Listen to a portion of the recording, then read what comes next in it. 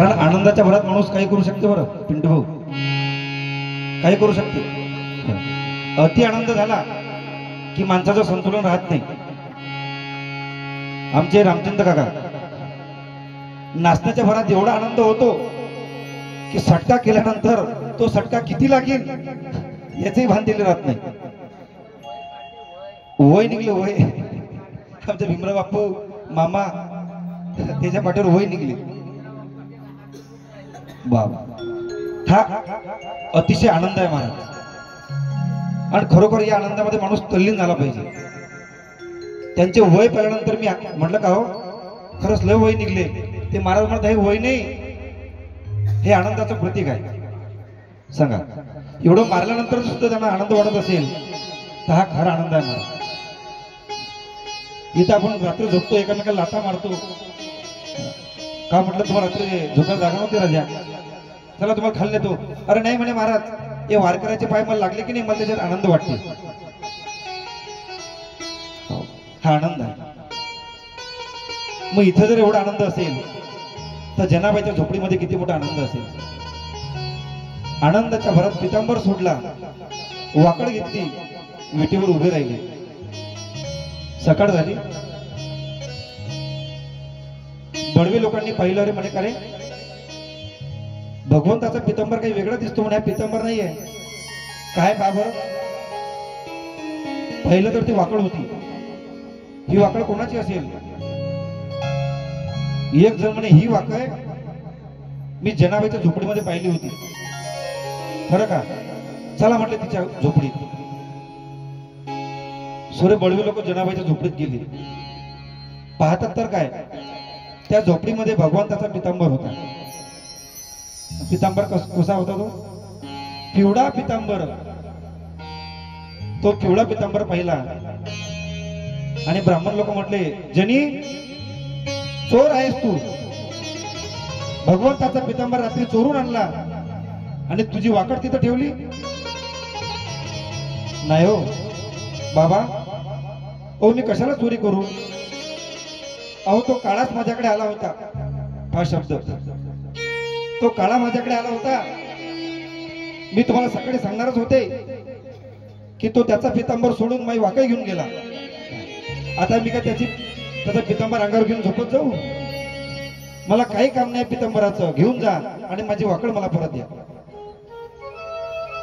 नाही जनी, तू अपराध केला, चोरी केली, चोरी, खोटं बोलू नकोस. महाराज पंचायत भरवली. हो पंचायत भरवली. जनाबाईला समोर उभं केलं आणि ठरलं जनी चोर आहे, काय करायचं, हिला सुळावर द्यायचं. पंढरपुरामध्ये सूड तयार करण्यात आला. आता सुळावर द्यायचंच आहे. शेवटची इच्छा विचारली, सांग जने तुझी शेवटची इच्छा काय आहे. कारण असं म्हणतात की माणसाला मरताना त्याची शेवटची इच्छा विचारली जाते. आता जनाबाईने तर कोणता अपराध केलाच नव्हता, मन निर्मळ होतं. सांगितलं, बाबांनो अरे मला खुशावर सुळावर चढवा, पण एकदा मला त्या काळ्याचं तोंड पाहू द्या. मला त्याचं तोंड पाहू द्या, मग मी सुळावर चढण्यासाठी तयार आहे. मंदिराकडे जनाबाई चालली,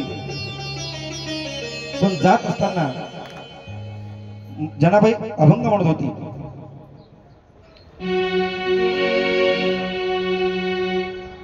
असा कार्य विठ्ठला तू माझ्या मुळावर, गावकरी पुजारी मज नेती सुळावर.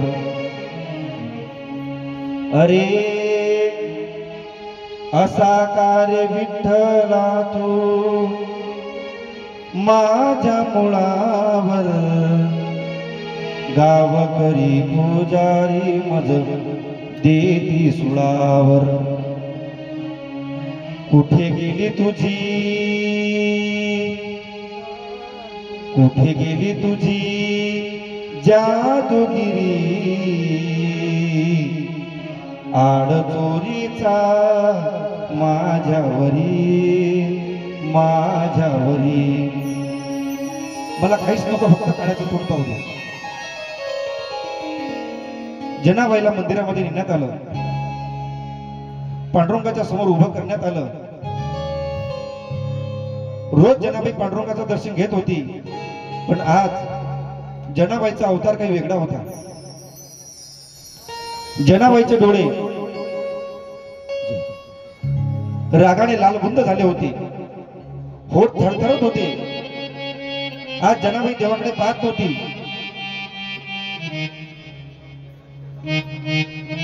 जनाबाईने हात केला आणि जनाबाई काय म्हणते माहितीये? जनाबाईने शिव्या द्यायला सुरुवात केली. शिव्या, अरे अरे विठ्या मूळ मायेच्या कारट्या, अरे अरे विठ्या मूळ मायेच्या कारट्या, अरे अरे विठ्या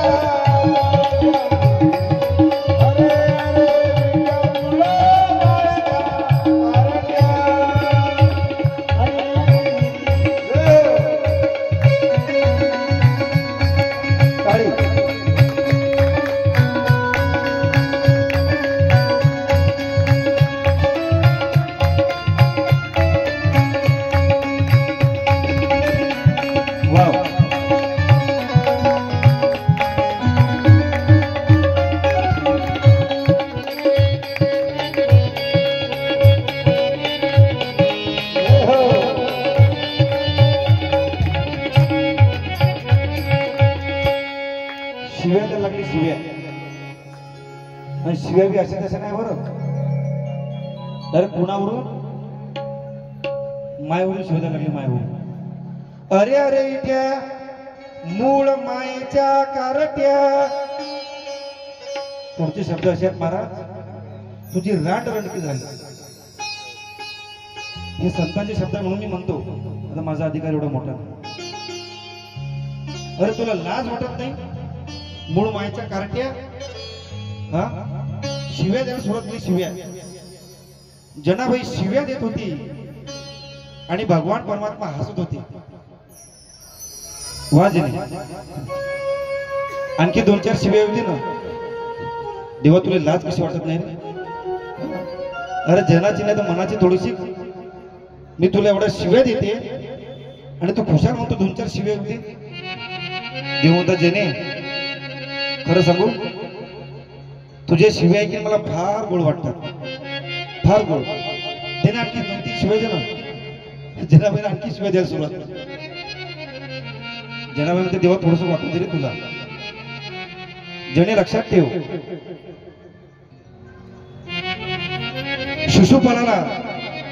शिशुपालाच्या आईला मी सांगितलं होतं, आत्या तुझ्या मुलाचे 99 अपराध माफ करीन, पण 100वा अपराध झाल्यानंतर मी त्याला ठेवणार नाही. अरे शिशुपालाचे 100 अपराध माफ केल्यानंतर एकही शिवी सहन न करणारा भगवान परमात्मा, पण जनाबाईच्या शिव्या ऐकून म्हणतो, जनाबाई आणखी 2-4 शिव्या दे. हा अधिकार भक्ताचा, हा अधिकार जनाबाईचा होता. आणि मग सुळावर नेलं. त्या सुळाचं पाणी झालं, सर्वांना कथाभाग माहिती आहे. आणि मग जनाबाईनं पांडुरंगाच्या समोर जनाबाईची झोपडी होती. त्या झोपडीमध्ये जातं होतं, वाकाया होत्या. आता कालांतराने झोपडी मोडली. मग ते साहित्य कुठे ठेवावं म्हणून ते साहित्य गोपाळपूरमध्ये ठेवलं. तुम्ही पाहिलं की नाही? हा आहे तिथं, पण तिथे जे बडवे लोक आहेत ते धंदा करायला लागले. तुमचा जाता पाहिजे 5-5 रुपये द्या, वाकाय पाहिजे 5-5 रुपये द्या. तुम्ही जाता? हा नाही नाही, तुम्ही राहता, पण पंढरपुरातले बरेच लोक असे आहेत की ते पंढरपुरात राहून सुद्धा दर्शनाला जात नाही. पण आमच्या मठातल्या वहिनी अशी आहेत की दर एकादशीला किंवा महिन्यातून 15 दिवसातून पंढरपूरला म्हणजे मंदिरात दर्शनाला गेल्याशिवाय राहत नाही. पहिले 5 रुपये तिकीट होतं, आता किती आहे? 10 रुपये. मग धंदा करायला लागले. पण आताही तुम्हाला दर्शन करायचं असेल त्या साहित्याचं तर गोपाळपूरमध्ये तुम्ही दर्शन करू शकता. सज्जनांनो, पंढरी महात्म्य, भक्तांचं महात्म्य फार गोड आहे. रोज आपण कथा सुरू करण्याच्या पूर्वी एक एक चरित्र पाहत असतो. काल आपण पाहिलं होतं की रुक्मिणी माता रुसून पंढरपुरामध्ये कशी आली आणि तिच्या पाठीमागे भगवान परमात्मा कसे आले. आज आपण जनाबाईचं चरित्र पाहिलं. उद्या परत आपण पंढरपुरातील एका संतांचं चरित्र पाहणार आहोत.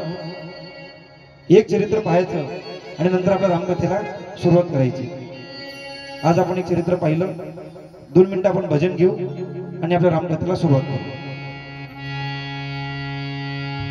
श्री राम जय जय राम, श्री राम जय जय राम, जय जय राम, श्री राम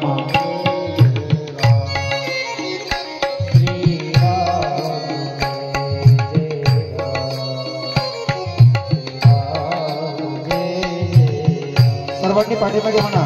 श्रीराम जय जय राम, श्रीराम जय जय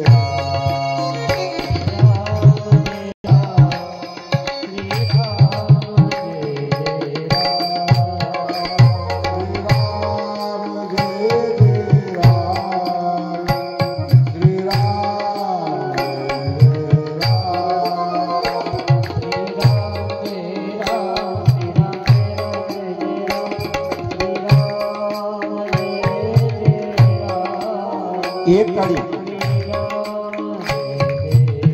वाह वाह, धन्यवाद.